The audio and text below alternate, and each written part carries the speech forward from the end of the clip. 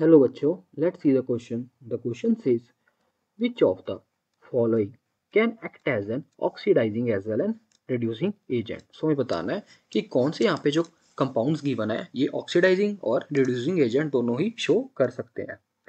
सबसे पहले हम अगर हम देखें तो हमें गिवन है Na2O। सो Na2O में अगर हम देखें तो हमारे पास सोडियम की ऑक्सीडेशन स्टेट क्या आएगी, that would be +1 and oxygen की हमारे पास आएगी दैट वुड बी -2। सो यहाँ पे अगर हम देखें तो हमारा सोडियम एंड जो ऑक्सीजन है ये दोनों अपनी मैक्स चार्जेस में प्रेजेंट है, दैट इज ऑक्सीजन अपने मैक्स चार्ज में प्रेजेंट है विच इज -2 एंड सोडियम अपनी मैक्सिमम ऑक्सीडेशन स्टेट में प्रेजेंट है विच इज +1।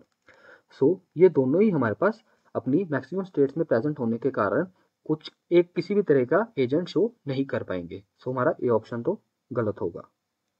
बी ऑप्शन की बात करें तो यहाँ पे हमें गिवन है H2SO4 which is sulphuric acid.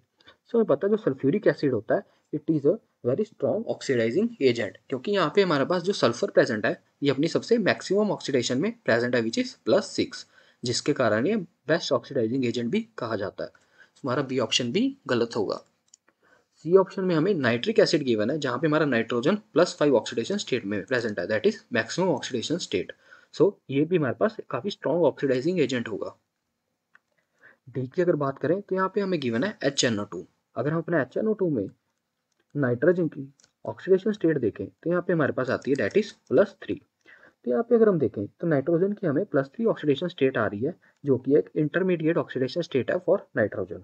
सो ये हमारे पास एक oxidising nature and reducing nature दोनों ही शो कर सकता है। सो अगर हम देखें तो हमारा डी ऑप्शन बिल्कुल करेक्ट होगा। So I hope you understood it well. Best of luck.